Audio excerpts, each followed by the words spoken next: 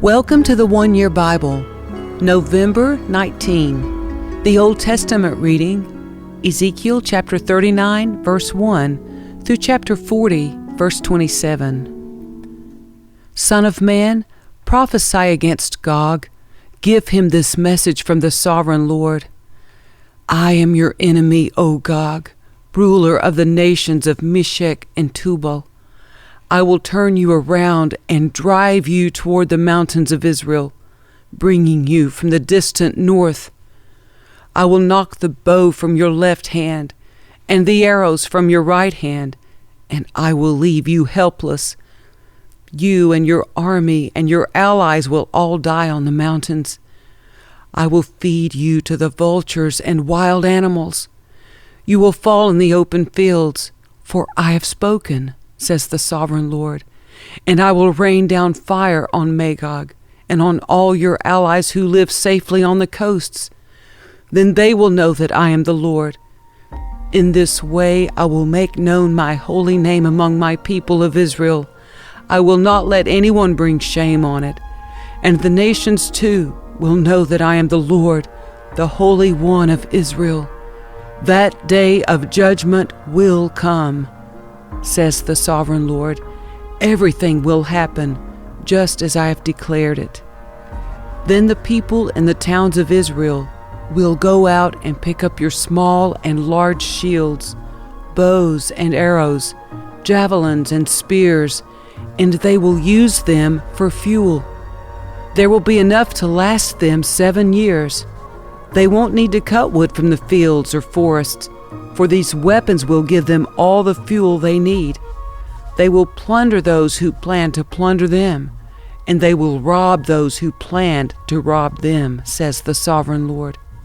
And I will make a vast graveyard for Gog and his hordes in the valley of the travelers east of the Dead Sea. It will block the way of those who travel there, and they will change the name of the place to the Valley of Gog's Hordes. It will take 7 months for the people of Israel to bury the bodies and cleanse the land. Everyone in Israel will help, for it will be a glorious victory for Israel when I demonstrate my glory on that day, says the sovereign Lord. After 7 months, teams of men will be appointed to search the land for skeletons to bury, so the land will be made clean again. Whenever bones are found, a marker will be set up so the burial crews will take them to be buried in the valley of Gog's hordes. There will be a town there named Hamonai, which means horde, and so the land will finally be cleansed. And now, Son of man, this is what the sovereign Lord says. Call all the birds and wild animals. Say to them, gather together for my great sacrificial feast. Come from far and near to the mountains of Israel, and there eat flesh and drink blood. Eat the flesh of mighty men, and drink the blood of princes as though they were rams, lambs, goats, and bulls, all fattened animals from Bashan. Gorge yourselves with flesh until you are glutted. Drink blood until you are drunk. This is the sacrificial feast I have prepared for you. Feast at my banquet table. Feast on horses and charioteers, on mighty men and all kinds of valiant warriors, says the sovereign Lord. In this way I will demonstrate my glory to the nations. Everyone will see the punishment I have inflicted on them, and the power of my fist when I strike. And from that time on, the people of Israel will know that I am the Lord their God. The nations will then know why Israel was sent away to exile. It was punishment for sin, for they were unfaithful to their God. Therefore, I turned away from them and let their enemies destroy them. I turned my face away and punished them because of their defilement and their sins. So now, this is what the sovereign Lord says. I will end the captivity of my people. I will have mercy on all Israel, for I jealously guard my holy reputation. They will accept responsibility for their past shame and unfaithfulness after they come home to live in peace in their own land, with no one to bother them. When I bring them home from the lands of their enemies, I will display my holiness among them for all the nations to see. Then my people will know that I am the Lord their God, because I sent them away to exile and brought them home again. I will leave none of my people behind, and I will never again turn my face from them, for I will pour out my Spirit upon the people of Israel. I, the sovereign Lord, have spoken. On April 28, during the 25th year of our captivity, 14 years after the fall of Jerusalem, the Lord took hold of me. In a vision from God, He took me to the land of Israel and set me down on a very high mountain. From there I could see toward the south what appeared to be a city. As He brought me nearer, I saw a man whose face shone like bronze, standing beside a gateway entrance. He was holding in his hand a linen measuring cord and a measuring rod. He said to me, "Son of man, watch and listen. Pay close attention to everything I show you.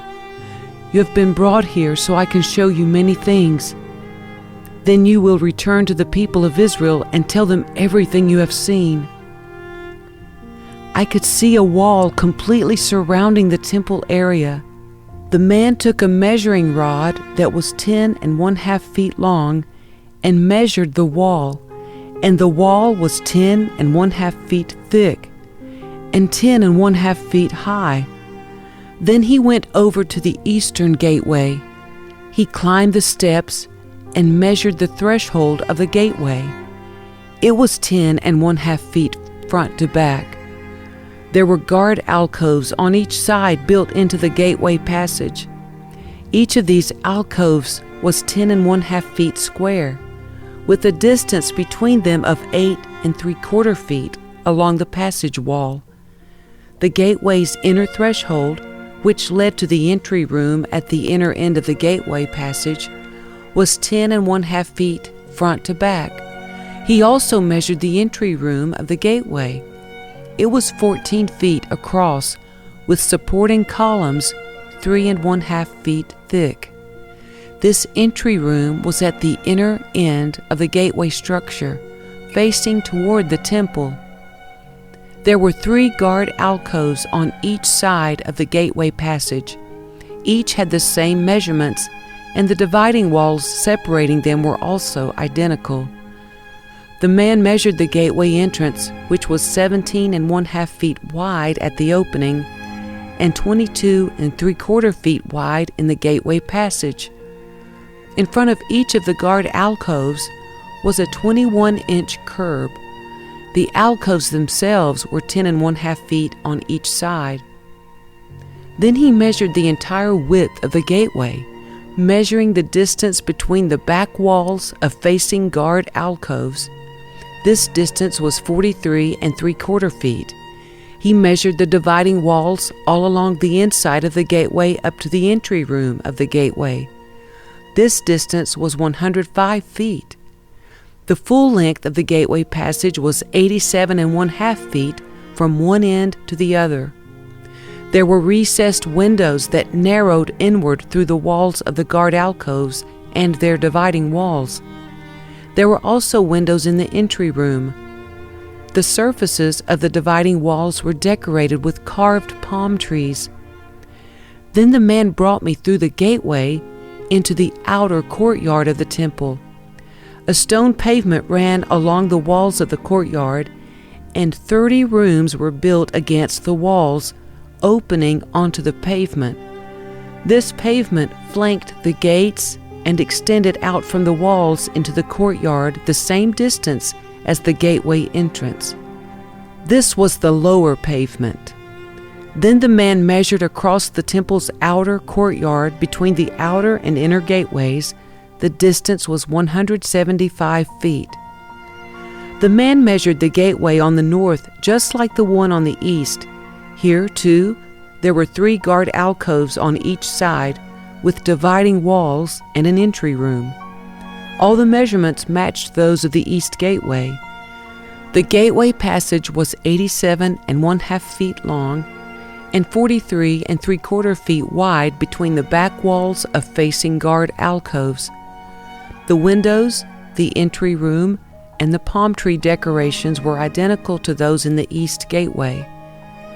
There were 7 steps leading up to the gateway entrance, and the entry room was at the inner end of the gateway passage. Here on the north side, just as on the east, there was another gateway leading to the temple's inner courtyard directly opposite this outer gateway. The distance between the 2 gateways was 175 feet. Then the man took me around to the south gateway and measured its various parts, and they were exactly the same as in the others. It had windows along the walls as the others did, and there was an entry room where the gateway passage opened into the outer courtyard. And like the others, the gateway passage was 87 1/2 feet long and 43 3/4 feet wide between the back walls of facing guard alcoves. This gateway also had a stairway of 7 steps leading up to it, and an entry room at the inner end, and palm tree decorations along the dividing walls. And here again, directly opposite the outer gateway, was another gateway that led into the inner courtyard. The distance between the 2 gateways was 175 feet.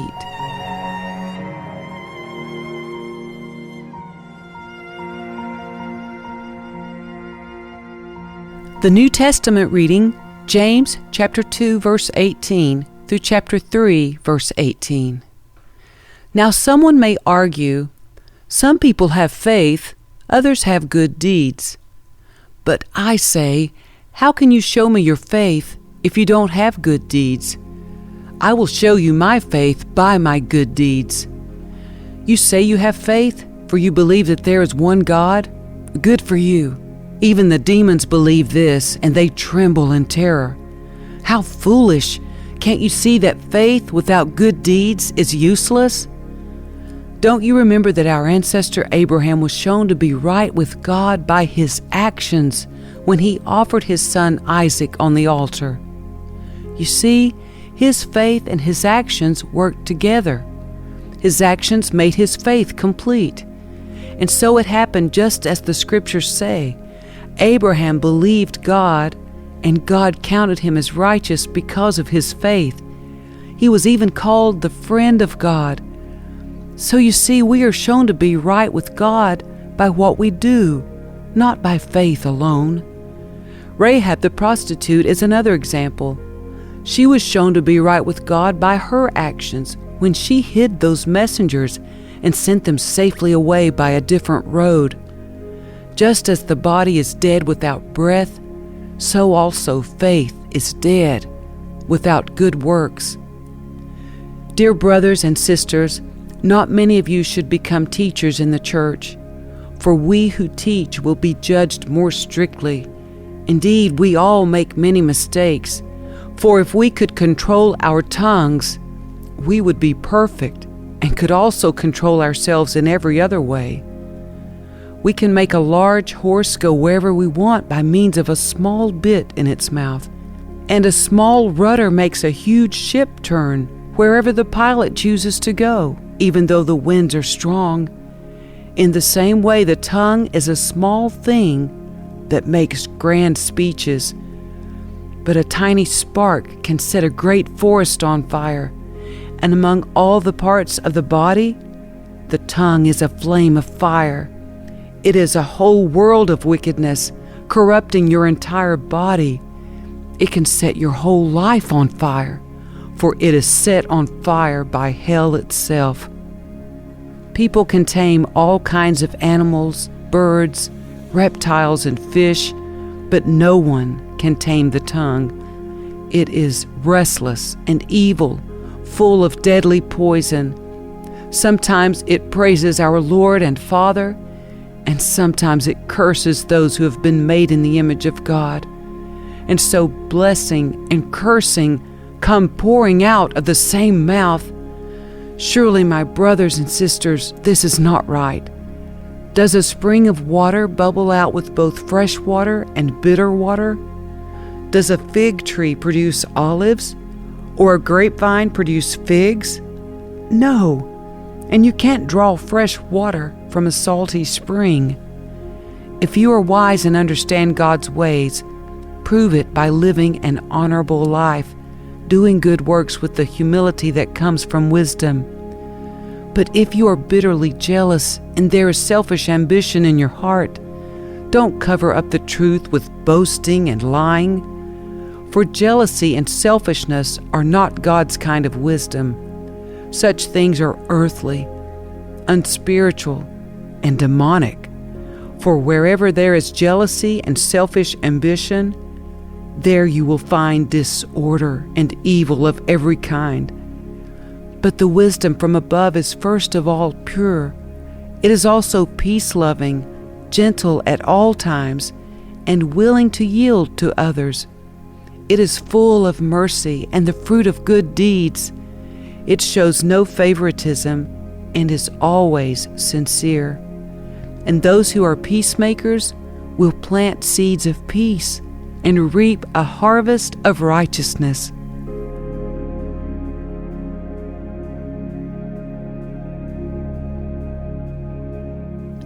Psalm 118, verses 1 through 18. Give thanks to the Lord, for He is good. His faithful love endures forever. Let all Israel repeat, His faithful love endures forever. Let Aaron's descendants, the priests, repeat, His faithful love endures forever. Let all who fear the Lord repeat, His faithful love endures forever. In my distress I prayed to the Lord, and the Lord answered me and set me free. The Lord is for me, so I will have no fear. What can mere people do to me? Yes, the Lord is for me. He will help me. I will look in triumph at those who hate me. It is better to take refuge in the Lord than to trust in people. It is better to take refuge in the Lord than to trust in princes. Though hostile nations surrounded me, I destroyed them all with the authority of the Lord. Yes, they surrounded and attacked me, but I destroyed them all with the authority of the Lord. They swarmed around me like bees. They blazed against me like a crackling fire, but I destroyed them all with the authority of the Lord. My enemies did their best to kill me, but the Lord rescued me. The Lord is my strength and my song. He has given me victory. Songs of joy and victory are sung in the camp of the godly. The strong right arm of the Lord has done glorious things. The strong right arm of the Lord is raised in triumph. The strong right arm of the Lord has done glorious things. I will not die. Instead, I will live to tell what the Lord has done. The Lord has punished me severely, but He did not let me die.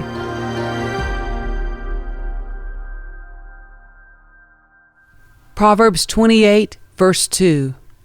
When there is moral rot within a nation, its government topples easily, but wise and knowledgeable leaders bring stability.